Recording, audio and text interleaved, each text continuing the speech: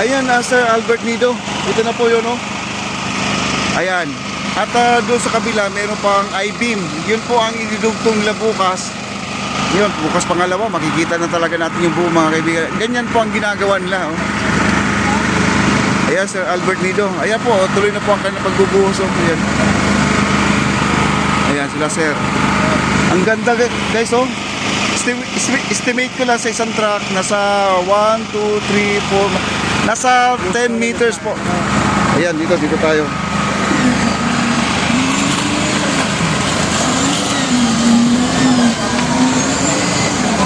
Against the light po tayo dito, guys, pero okay lang.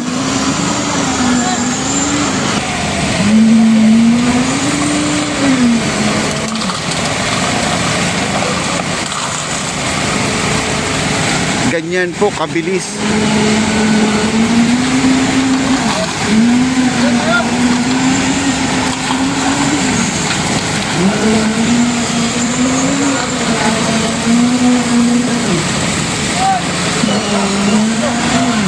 At yung taga-kalat nila, meron pa yung tinatawag natin na vibrator, mga kaibigan, para hindi magkakaroon ng bubbles doon sa loob ng ating semento. At saka ang bigat pala yan, guys. Kailangan talaga merong may nag-guide kasi binabalibag po sila, oh. Ayun, no?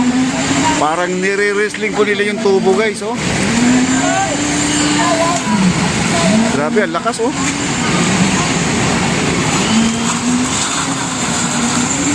At dito naman sa pag nabuhusan na yun, bakbakan na po sila dito. Sila po ang nagpapatag.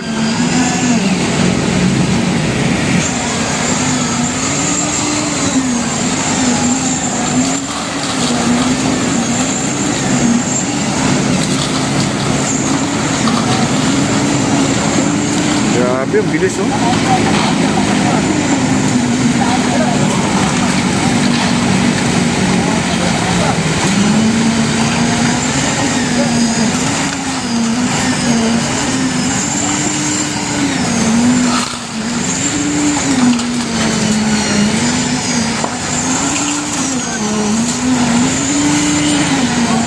Yan po ang vibrator, guys, yung ginagamit niya. Ayan. Para hindi magkakaroon ng bubbles.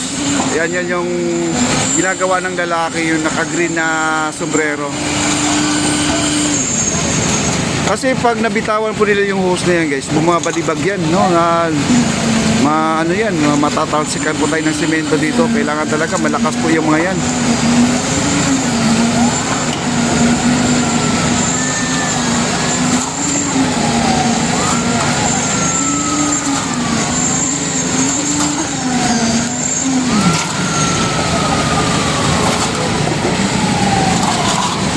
Ang sabi ni Sir PJ, bukas pwede na tayo dito makatungtong daw, no? Ala-ala. Pinawala ko yung walang doon. Ipakala ko kay Jane.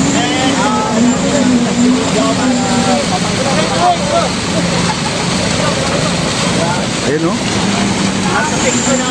Ito po, guys, ay pangalawang truck na to. Tingnan nyo naman, ang lapad na po, ang lawak na po ang kanilang nailatag na sa ngayon.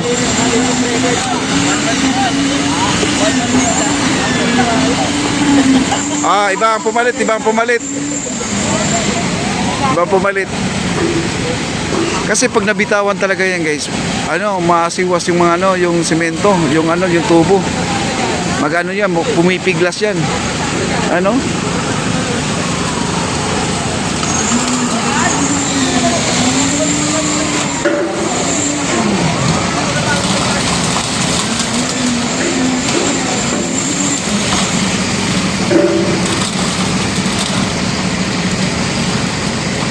Grabe, ang bilis. Ayan, guys, dalawang truck pa lang. Siguro nasa 8 yan, 8 na, no? Yung mga 7 o 8 yung natin Paparating. Estimate.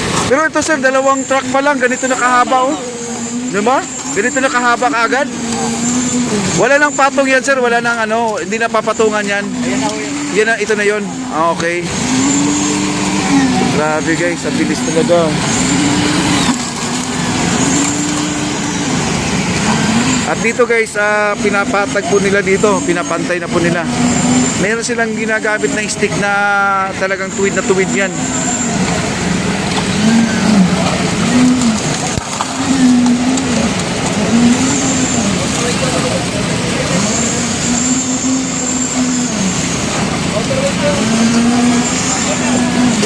Grabe oh.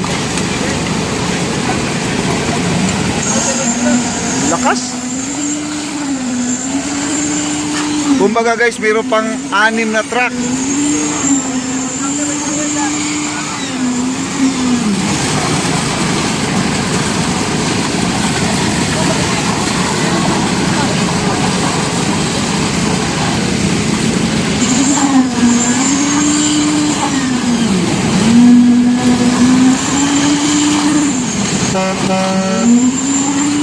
Ayan, nagbubusina na po yung truck, no? Kumbaga ay paubos na po ang laman.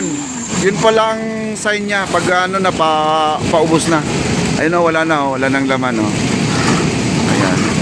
Alam na alam po talaga ng operator yan, guys. Ayan oh.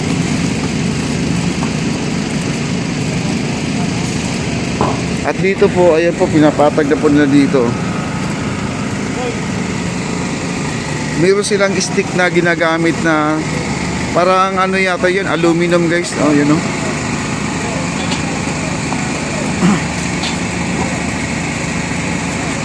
Eh, nakadalawang truck na po sila. Ganyan po kalapad na po ang kanilang nagawa. Yan dito, ito. Ayan, kinakalaykay po nila guys. So, para magpantay po.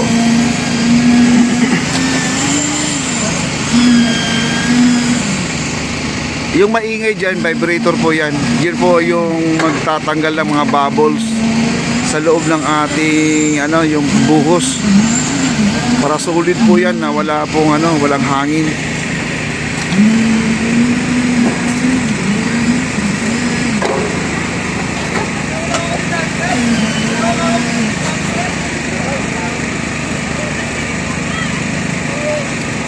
Ano, nasira na yung ano, nag-surrender na yung mga ano na gamit niya guys. Kasi yun po ay gawa sa ano ng improvise. Alam mo naman Pilipino, di ba? Ganyan lang po sila. Gawa ng gamit para may magamit sa trabaho. Kasi ito naman ay ano lang yan, yung kalaykay style, no? Kalaykay style.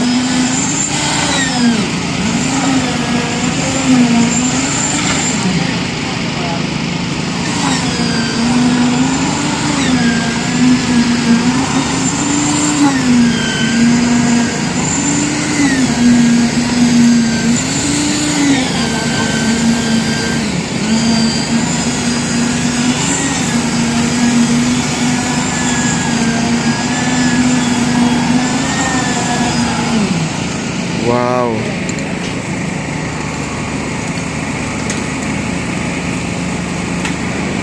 Yan po ang gamit niya, yung PVC guys. Alam mo yung PVC kasi tuwid na tuwid yan.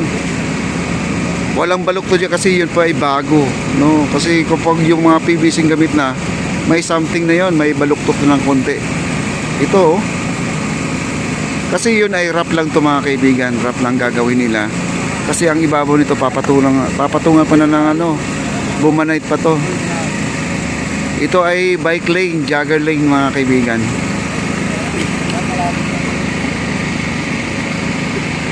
Grabe, ang ganda. At titingnan natin kung may darating pa na truck guys ha. Eh, nakadalawang truck na po ngayong araw na to. Itong oras na to.